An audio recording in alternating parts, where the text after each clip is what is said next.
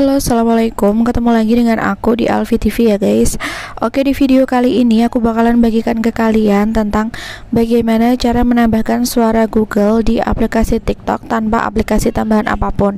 Nah, jadi di sini aku bakalan jelasin bagaimana langkah-langkahnya ya. Namun seperti biasa, sebelumnya jangan lupa kalian tekan tombol subscribe-nya dan nyalakan lonceng notifikasinya ya.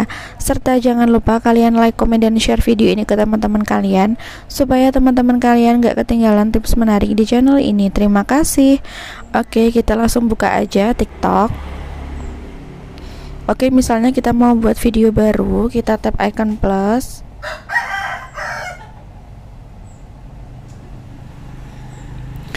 Kita tap unggah. Oke, misalnya kita pilih salah satu video, misalnya ini ya guys. Kita tap berikutnya. Oke, kemudian di sini kita klik teks. Nah, kita tulis aja teks apa yang mau dijadikan suara Google.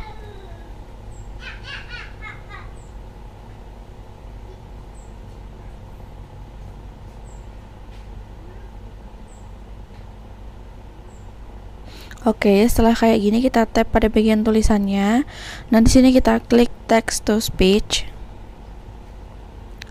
Oke, kalian bisa langsung tab berikutnya, kemudian nanti tab posting ya. Nah, nanti otomatis teks tersebut akan ada suara Google-nya otomatis ya. Nah, jadi seperti itu caranya, gampang sekali kan? Oke.